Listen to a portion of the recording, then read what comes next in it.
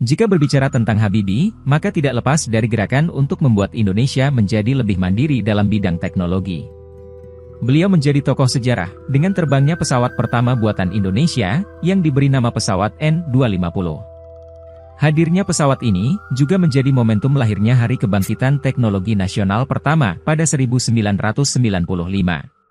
B.J. Habibie, juga memberikan berbagai pemikiran yang tertuang dalam konsep Habibienomics, yang menyebutkan pentingnya penguasaan teknologi, dalam membangkitkan industrialisasi sektor ekonomi nasional. Bangsa yang maju, adalah bangsa yang melandaskan ekonomi berbasis teknologi, seperti yang dilakukan Korea Selatan dan Jepang. Untuk itulah, Habibie mengatakan, bahwa penguasaan iptek dan kemampuan sumber daya manusia yang mumpuni, akan memberikan peningkatan signifikan bagi perkembangan ekonomi dan kesejahteraan masyarakat Indonesia. Habibie, kemudian dikenal publik sebagai teknosof, yaitu seorang ilmuwan yang mampu secara mendalam memadukan teknologi dengan filosofi. Walaupun beliau berbicara dalam ranah teknologi, ternyata banyak makna filosofis yang bisa diteladani.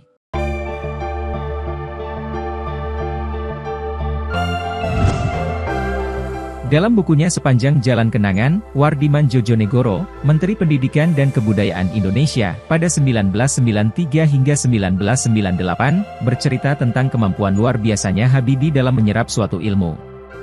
Mereka sama-sama pernah belajar di Universitas Indonesia di Bandung. Nama pelonco saya Prof. Nisor, sedangkan nama pelonco B.J. Habibie adalah Bangsat. Saat kuliah di Jerman, mereka adalah teman satu kamar. Wardiman, berniat belajar bahasa Prancis dari buku, dan dengan bantuan piringan hitam. Supaya tidak mengganggu, Wardiman melakukan ini di kamar lain, dengan mengurangi volume suara piringan hitam. Tetapi rupanya, suara pelajaran yang monoton itu terdengar oleh Habibie. Buktinya, setelah beberapa bulan, ternyata Habibie lebih hafal pelajaran itu.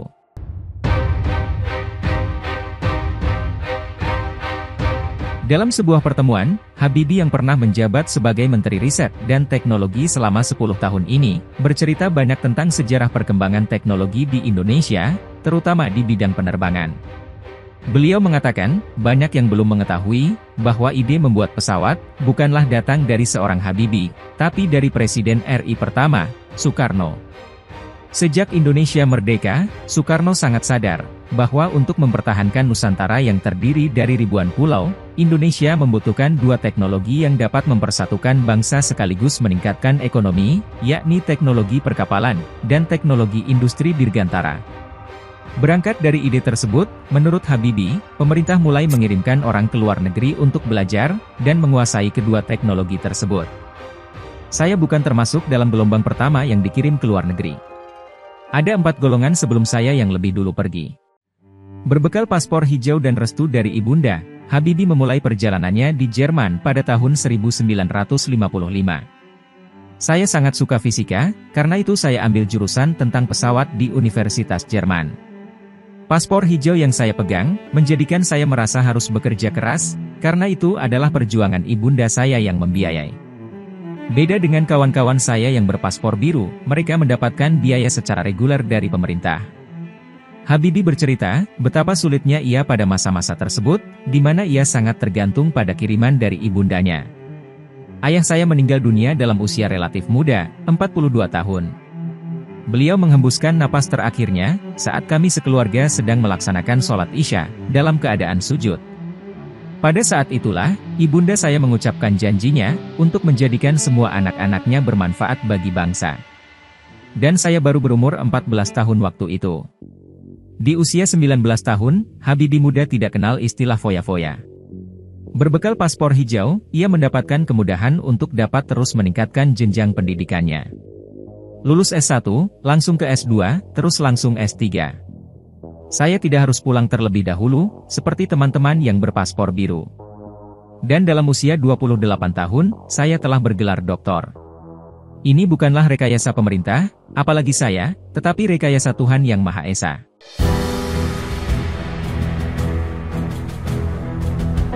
Setelah menjadi doktor, ia pun bekerja di sebuah industri pembuatan pesawat komersil di Jerman. Selama 15 tahun, dirinya bekerja sangat serius dan keras, hingga diakui dan dihargai. Alasan saya bekerja di tempat tersebut adalah, apabila saya pulang ke Indonesia, saya dapat membangun Indonesia melalui ilmu yang saya dapat di universitas selama 10 tahun, serta pengalaman saya selama 15 tahun di industri. Dan harapan itu pun terjawab. Pada tahun 1978, saya dipanggil Presiden Soeharto untuk pulang dan membangun Indonesia. Sebelum pulang, saya membuat oret-oretan sendiri, bagaimana mengembangkan industri kedirgantaraan di Indonesia. Disitulah saya menemukan konsep, bahwa untuk memulai, mulailah pada akhir, dan berakhir pada awal. Begitu pulang, saya langsung mengembangkan beberapa pesawat. Maksudnya apa? Untuk mendapatkan sertifikasi terlebih dahulu. Bukan pula sekadar sertifikat, tapi sertifikat yang menyebutkan, bahwa kita layak dan mampu membuat pesawat, serta merekayasanya sendiri. Berkat konsep sederhana, berawal di akhir dan berakhir di awal ini, Habibie menginisiasi terbentuknya PT PAL di bidang pembuatan kapal, PT Pindad di bidang persenjataan militer, dan IPTN di bidang penerbangan, yang kini jadi PT Dirgantara Indonesia. Kalimat filosofis itu, menjadi pesan untuk memacu para akademisi, ilmuwan, peneliti, dan perekayasa, agar riset yang dilakukan, harus berangkat dari tujuan yang ingin dicapai.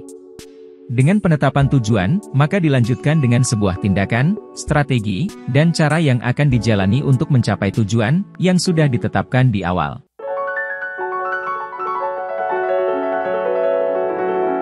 B.J. Habibie pernah mengatakan, bahwa hidup di dunia ini seperti main sepeda.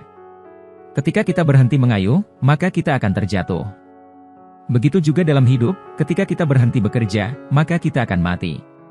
Berhenti bekerja, bisa berarti berhenti berusaha mengejar cita-cita atau tujuan awal. Sedangkan mati, bisa berarti gagal atau kalah. Jangan menyerah sebelum berusaha dan mencobanya. Karena seperti kata orang-orang, bahwa keberhasilan itu, datang kepada mereka yang mau terus mencoba dan berusaha.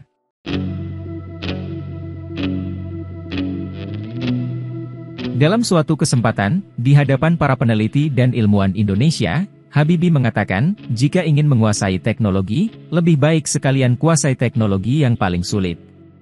Bila hal tersulit dapat dikuasai, otomatis teknologi yang tingkat kesulitannya ada di bawahnya, akan gampang dikuasai. Mulai dari akhir, selesai di awal. Karenanya, jika bangsa Indonesia mampu menguasai teknologi pesawat terbang, antariksa dan nuklir, niscaya teknologi pendukungnya, seperti otomotif, elektronik, senjata, dan produk massa lainnya, akan lebih mudah dikuasai. Dengan metode menguasai teknologi ala Habibie ini, berarti, kita tidak perlu membuang banyak waktu, tenaga, dan biaya untuk mencipta ulang roda. Karena roda sudah ditemukan ribuan tahun lalu. Tapi langsung memanfaatkan roda tersebut, untuk membuat kendaraan. Itulah yang dinamakan dengan teori lompatan katak dari Habibie. Yaitu sebuah strategi, yang akan membuat bangsa Indonesia mampu mengejar ketertinggalan teknologi dari negara-negara industri. Apa yang dilakukan Habibie ini, lebih dari sekadar memadukan, tetapi juga memaknai proses penguasaan teknologi, sehingga dapat menemukan cara yang lebih singkat, dan menggunakan teknologi secara lebih baik, untuk kemajuan bangsa. Penjelasan Habibie, mulai dari akhir dan selesai di awal, bukan sekadar gagasan, metode, atau strategi, tetapi ini merupakan prinsip dasar dalam meraih pencapaian di semua bidang kehidupan, secara lebih baik dan lebih cepat. Dalam hal ini, kita dapat menyimpulkan, Habibie telah mencapai apa yang disebut oleh penganut Sufi dalam Islam sebagai makom makrifat, atau kesempurnaan. Dalam konteks Habibie, berupa kesempurnaan memahami prinsip dasar penguasaan teknologi untuk kehidupan yang lebih baik dan efisien.